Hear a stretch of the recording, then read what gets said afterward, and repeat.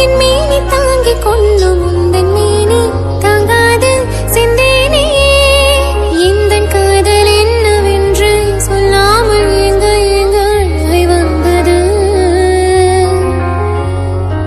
எந்தன் சோகம் உன்னை தாக்கும் என்றென்றும் போது வந்து அழகை நின்றது